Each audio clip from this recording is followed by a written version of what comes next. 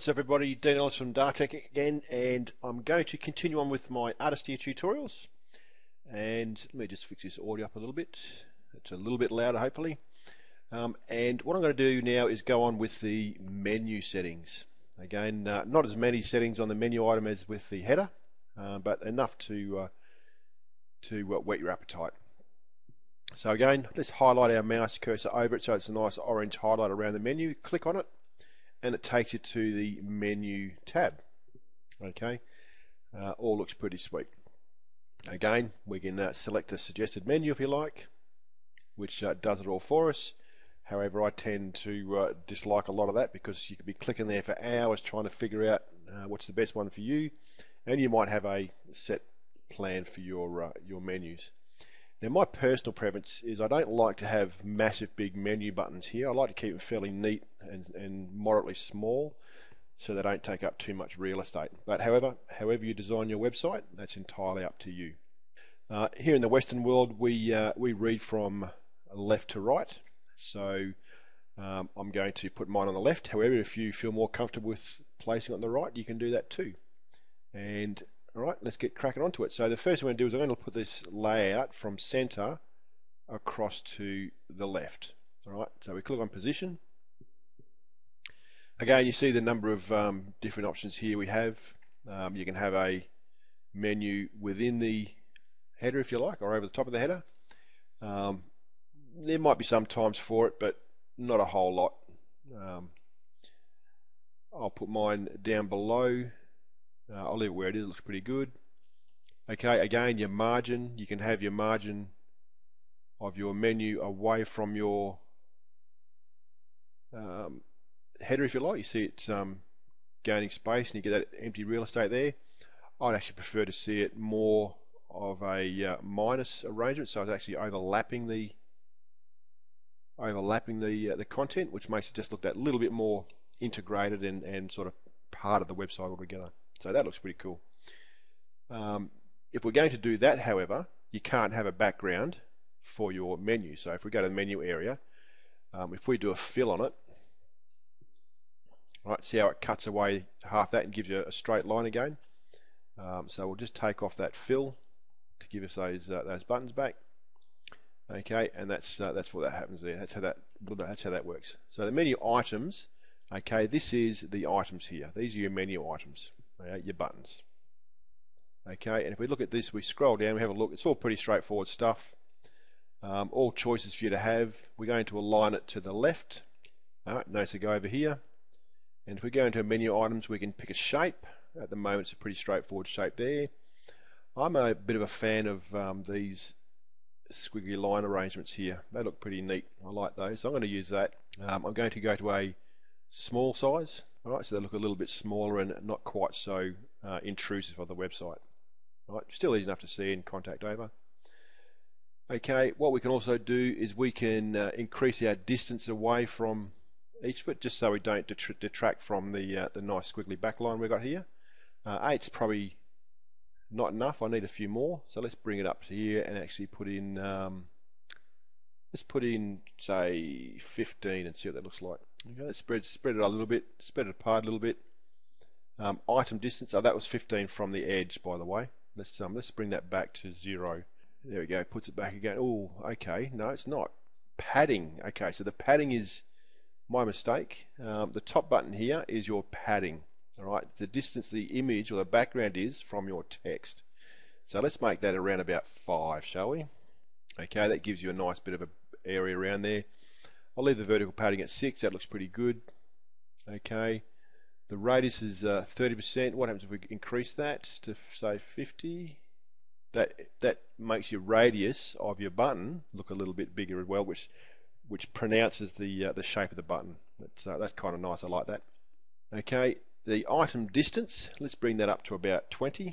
Okay, and it spreads it out a little bit there, so that looks pretty good. I like that. Just bear in mind though, if you've got a lot of top menu items that you're going to put onto your website, you may need to close it up a little bit. Close this item distance up here a little bit as well. All right, and I'll go through and show you how to do that from Joomla, so you don't have to continually upload templates. However, that's not a big issue. If you want to do it from here and upload it, that's entirely up to you. Okay, so what else we have in our item menu here? Margin, distance, separator. If you want to get rid of that separator, right? Notice it's we can have buttons. Right? Notice it changes there. Okay, or you can get rid of it altogether and have nothing, which is what I prefer. What else do we have? We can put a texture in our menu.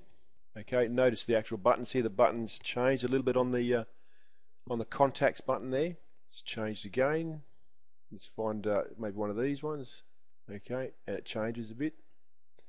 So you can actually change, put a little bit of texture on your buttons as well. Again, it's entirely up to you how you want the site to look. The general rule I usually have here is don't make it too noisy, because people think, oh, give me a headache, let's not have it. Okay, just bear in mind that simple, neat, clean is usually the best, or follow a theme of some sort. Alright, going further down, we can put a gradient on our buttons. Alright, gives you a bit of a 3D effect on them. Now notice they don't actually highlight as much anymore when you look at them. Okay, we can fix that up in a little minute when we go to our active and passive and hovered sections. Okay, we can change our font family to make it a little bit bigger, or make it a bit of a Comic Sans, or I'm a bit of a fan of the Comic Sans. I don't mind that. We can make the font size a little bit bigger if you're old like me and can't actually see the text very well. We can bring the size up a little bit there as well. Okay, it's all a little bit about fiddling around. Because the size is a little bit big, we might need to put a bit bigger padding on the button there. Let's bring it up to say 8 again. Oh, that's interesting. It put our font back.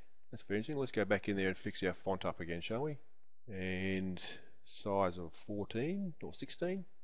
Okay, the button's a little bit grey there, so we'll fix it up in a minute.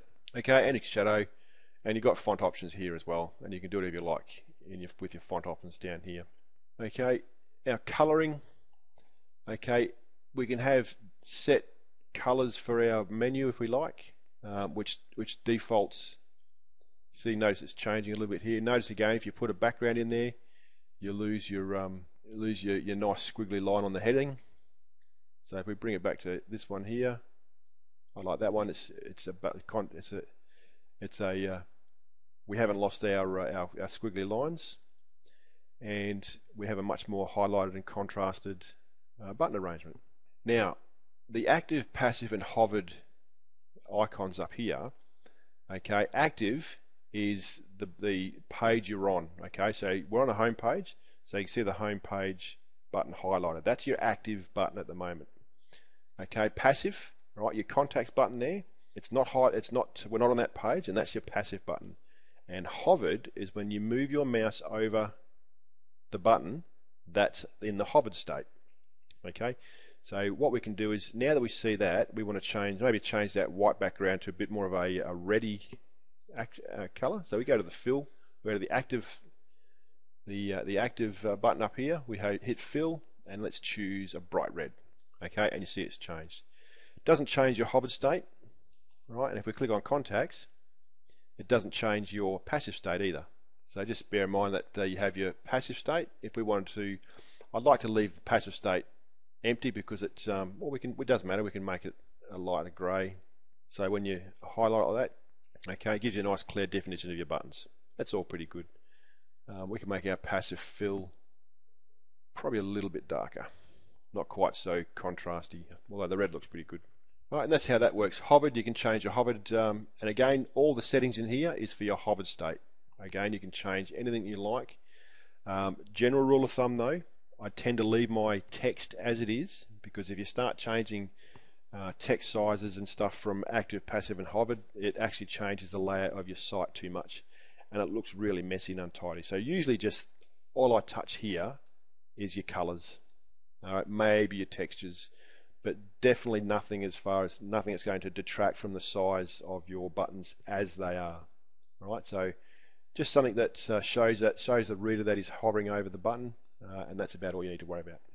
Okay, I'm going to call it there. It might be a bit short, but I have I'll do a part 2 on the menu, and this next section, the next tutorial, you probably need to pay attention to, because it has a lot to do with how your Joomla site, how your template will display with menus and submenus in Joomla. It's very important, this little bit here. So come back and have a watch of it. Hope you enjoyed this tutorial and getting something out of it. If you do, hit the like button and subscribe, and I'll catch you on the next one. Bye for now.